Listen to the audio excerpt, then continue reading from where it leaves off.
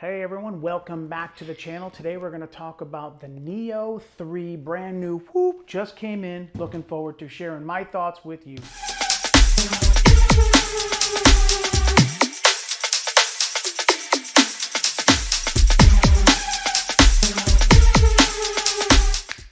Hey everyone, welcome back to the channel. Today we're going to talk about the unboxing of the ROTOLIGHT NEO 3. I had the one, it was okay. I had two of the version 2s. They were better with everything that they did, but the LED game changer is to have the filters and the colors and the millions of colors already built in. Just game changer. It's just going to be crazy about that. So as we're doing this and as I'm doing the unboxing, I'm going to show you pictures that I just did in the studio with my normal headshot branding setup. So just got it in yesterday on Sunday. On Saturday I was doing a wedding. Sunday I was doing engagement sessions. I couldn't do anything with it. Got into the studio on Monday with a branding session. It's the Neo 3. So this is the box that it comes in, other than a little box that the transports in. White box like that. All right, so what I'm going to show you is it comes in the handy dandy ROTOLIGHT pouch, which is what's to be expected. So what do you think about that chair? I bought that at the Brimfield Flea Market. Look at that, very modern. I used it in the studio yesterday. It's very cool. So pictures will be in that too. So inside of the branding bag was the strap that comes with it. I put that on there. The instructions on how to use it and everything else like that. It comes with the what is it called? This is the battery that comes along with it now, so no more double A's. Very handy with that. So that was kind of cool. I already had another extra battery, so I have two batteries inside of there now. One goes low. You have an extra one on there, so very convenient to put all the stuff right inside of the bag like that. Very convenient to carry. So there was a red plastic wrapped across of this, and I was concerned, so I wanted to see what it looked like, so I took it all apart. And the dome to take this off, it's a little bit tight, which is good. You don't want to just slip it off, but it's not magnetic. It's almost like a suction, kind of almost like that. So you do have to physically press it, and be careful that you're not pressing your buttons or your LCD pad in the back, but it does come off that way there. And look at that bad boy. That is wicked cool. The bulbs on there are crazy. It came with an extra little adapter like that for a cold shoe mount on there, and I already put that on there. The dome was kind of cool. I tried it without it. I tried it with it. It definitely does soften the light, but I wanted it for the output of the light, so 100%, it does take the power down a little bit for obvious reasons, but it doesn't make it so hard, it makes it soft. So pros and cons back and forth. But with the battery, literally says ROTOLIGHT on the back of it too, so you don't mix it up with your other batteries. Right into the back, push it in and up, and that is it. One button on the back, so as long as I don't blind myself.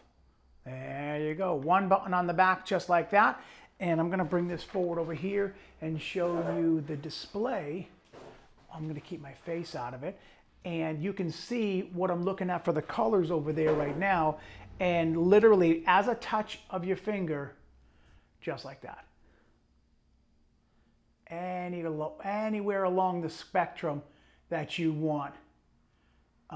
It's just crazy with the slide of a thing. It's not a tap. It doesn't tap to where you want it to go. You have to physically press and slide. Lift your finger. Put your finger down. Slide it to the other way. You put your finger on there and slide back and forth to the colors that you want. So I was very impressed with that. It's got the hue in there. It's got the home. Very in quick, snappy touch feel to it. It's got your colors for one extreme to the next, so 3,000 all the way to 10,000, just like that. Just slide. And then it's got the battery. Let's go back to that over there. It's got the battery indicator up in the top left-hand corner over there. Back to the home, so now you can go back to your HSI and do your hues. And the 11, 12, 13, I'm not sure what those are yet. I'm still working on it. There's your power and intensity right there. And you can either, let's go back to the power intensity. Take that, boom, slide it with your finger, slide it with your finger. Now, what I love about this is it takes the same, whatever color you are showing, whatever lights are showing, whether it's the tungsten 3000 to 10,000 or any one of the LEDs. So if I go back to the LEDs and I go all the way up to, look at that ridiculous red, you go back to the power and now the power goes up like that. That is so, so convenient. The flash mode is inside of there too. I didn't really play around with this yet, so I'm looking to kind of fool around with that and see what, I'm looking for a test in there just to kind of, there it is right there. So now, look at that. It flashes in the color that you want. So now you want the hue back over here. Go back to your filter, go back to here, go back to there. So go back to your home, go back to the HSI. Now you want to go blue. Let's say you want to go blue, and now you're going to go back to the home, and now you're going to go back to flash. And once you hit that flash, you hit that test, it's flashing in blue. It's flashing in blue. That's just crazy to me. That's just crazy. Special effects, all that stuff. I haven't even played around with this stuff yet. So right now we're going to go back to, we're going to shut this off. Let's go back to the flash. Let's go back to the home. So you're going to have to figure out how to get through the menu part of that. Let's go back to here. Let's bring up a color that's kind of pleasing to the eye. And then go back to here. We're going to go over to here and we're going to bring this down to right about what in my studio is, right around 5600 Kelvin, and then back to the power, and then just adjust your power just like that. Remember, it's not a tap. You have to put your finger on and slide. So very, very impressed with that. That is 100%, and as you can see, it's got some pretty good distance. Now I'm about 3 feet from here to the camera. Big shadow on the back of the wall like that, but now if I were to turn this way here, this is 100%. The right side of my face is too bright to the point where that's about 2 feet away. That's about 24 inches. You can see what my arm length is right there. That's 100%. So if you're doing headshots or anything like that, if you wanted this for a rim light, you can do something like that too. You can do some fun stuff with it. I'm still working on it. You can light the back of the wall. So what I did yesterday was I came back to the studio. So if I'm just turning the dial on the back here, and I'm bringing that, turning the red dial in the back, going 77. And now if that's too slow for you, zoop, just like that. You will hear the fan kick on when you do get up to certain levels when it comes to that. That's not going to bother me because I don't do video, so I don't care about something like that. I'm just using it for this part. Now, I'm at 50%. Look at that. That's 2 feet away. If I went 4 feet away, you'll probably have to be at 100, but the spread is very wide too. But now look at that. So let's do 100%. That's 100% right there, okay? So now I'm going to put that on the side of my face. Now look at that. Now when I come back to here, look at how much that softens the light. So let's do this. I'm going to pop that back on. Like I said, it's got a good stickiness to it, which I like. So right there, off, on, off. Look at the you lose power, sure, but the softness, you can even see the wall behind me. The spread is different. Really, really, really cool. So I'm going to shut this off for a second, and that fan will pop off. So what I did was I came to the studio and I did my normal headshot session with this very vintage style, very lime green shirt, zebra pants, black and white striped. And I first looked at it, I was like, that's going to be a little weird.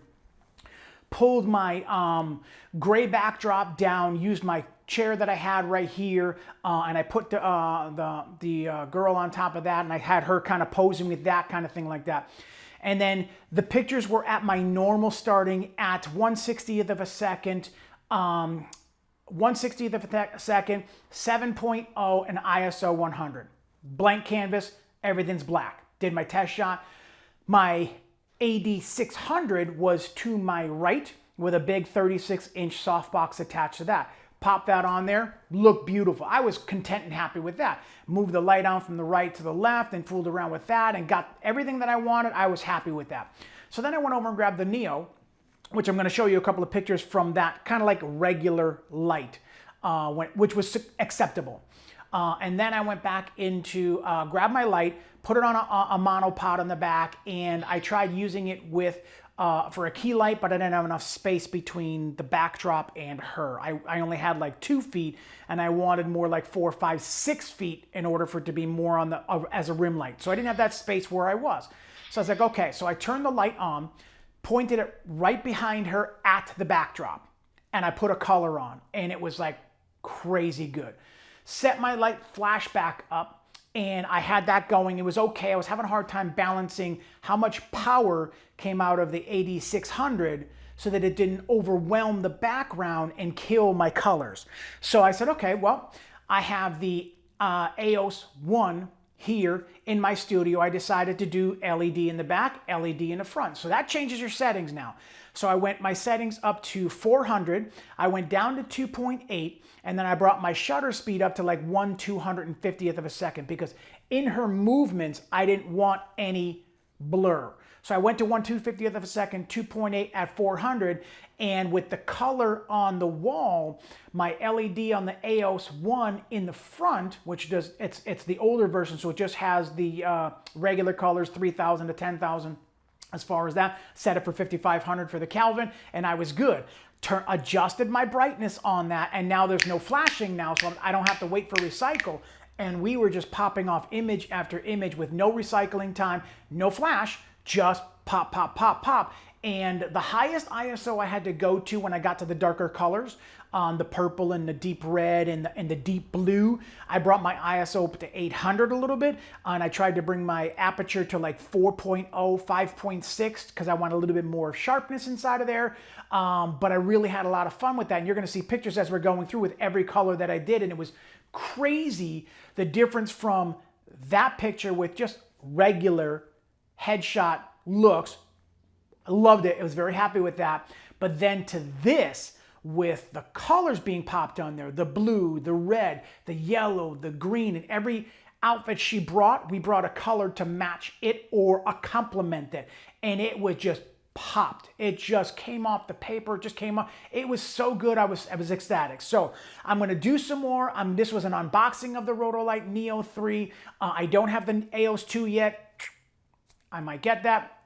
But what a game changer when it comes to the creativity on the fly. Now, at this time, as of May 17th, 2022, there is no Android app out yet for ROTOLIGHT at all. Okay, so I called them up and I said, hey, where's the app? I want to control this with my phone. And they said it's not available right now. They'll let me know when. So it wasn't hard to go into the back when she was changed my color, came back out again. I didn't have to change the intensity or nothing. And it was so convenient and so quick. Once she got the hang of it, we did some standing up ones and did that all the way through there. It was just absolutely phenomenal. The catch lights are amazing. The only thing I had to do was adjust the height to when she sat down on the ground. I just had to adjust it lower in the back behind her, and I just had to adjust the EOS a little bit lower, shot that way there. When she was standing up or in the chair, brought the lights back up, and it was a piece of cake. So I'm looking forward to getting the app and adjusting them both from there, but until then, I'm content. So this was my unboxing of the ROTOLIGHT NEO 3. I was floored at the differences from this to this. Completely happy, loved everything about it. It was just really good and very happy about it. So content with that. So thank you for coming back to the channel. Stay tuned, hit that like button, hit that subscribe button, come back to that channel again. I'm posting new stuff as much as I possibly can. I also bought the Stella light. I also saw that too, but I also bought a picture at a flea market. I'm gonna post that one pretty soon because it was a photo of a boxing Muhammad Ali, and I'm hanging it in my photo studio. And stay tuned for that video coming through because it's gonna be really cool about what my philosophy behind that came to that. So stay tuned. Thanks for coming back. Hit that like button, hit that subscribe button, and remember, smile more because it hurts less. Peace.